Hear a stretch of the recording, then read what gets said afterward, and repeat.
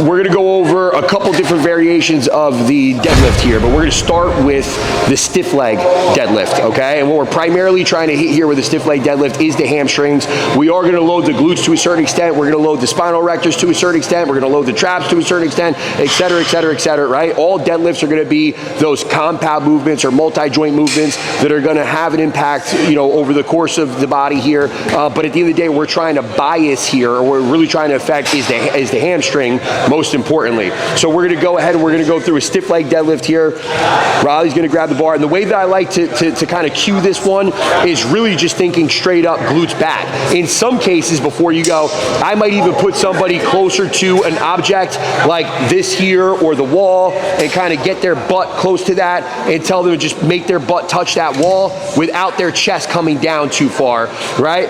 The only problem with that is it's not necessarily teaching the movement in total, right? We want to make sure that we're getting through that lengthened position, right? And getting those glutes back in a way where it's primarily hip flexion, right? And no knee flexion extension. And to kind of explain that a little bit further is a lot of people when they go through a deadlift, what's happening is they're turning it into more of a knee flexion and extension exercise. They're down here and they're extending through those knees.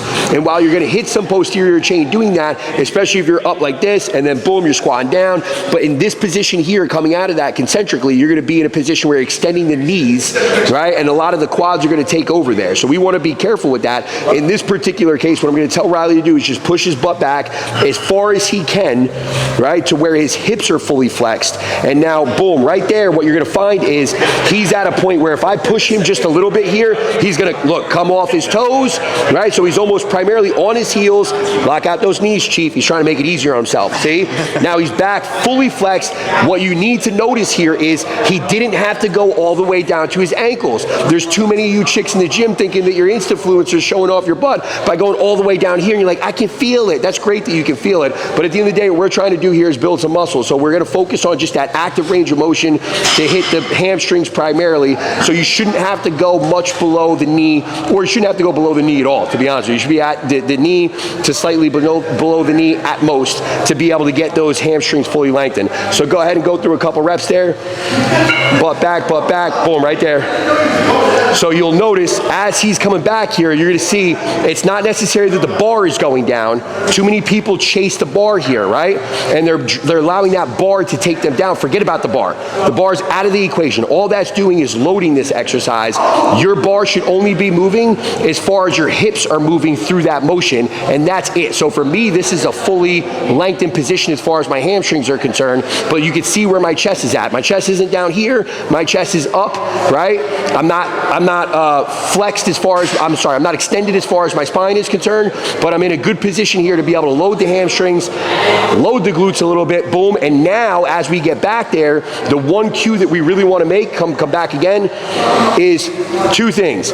We can tighten up at the glute a little bit to drive us forward because now it's hip extension, and we can load a little bit more so heel through the floor, right? To be able to generate a little bit more tension as we go forward at the hips.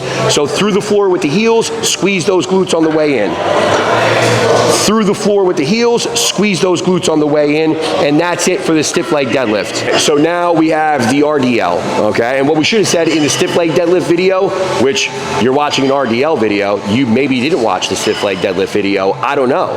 But at the end of the day, we could do this with a dumbbell or a barbell, and that really goes for just about any variation of the deadlift, but we will specify in your plan dumbbell or barbell deadlift variation, all right? But if we want to grab the bar here, the RDL is one where we can really, we're going to load the posterior chain overall, right? So again, spinal erectors, traps, blah, blah, blah, blah, blah, all that upper body stuff. But primarily what we're trying to hit here is the glutes and the hamstrings to a certain extent. But again, this is going to be most specifically the glutes that we're loading in their lengthened position.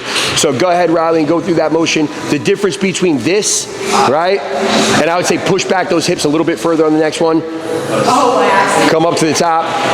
And now pause for a second. The difference between this and the stiff leg deadlift that we just did is that there's going to be a little bit more bend in the knee. We just be a little bit more comfortable there. But again, the concept here stays the same in the sense that we want this to be a hip hinge movement.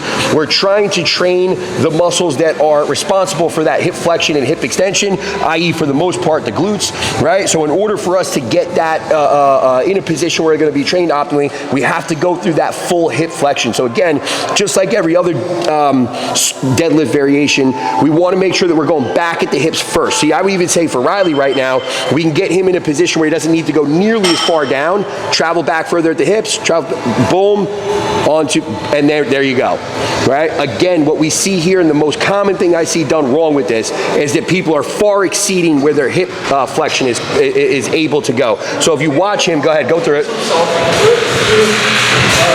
That's his hip flexion right there. Stay at the bottom for a second. That's his hip flexion right there, okay?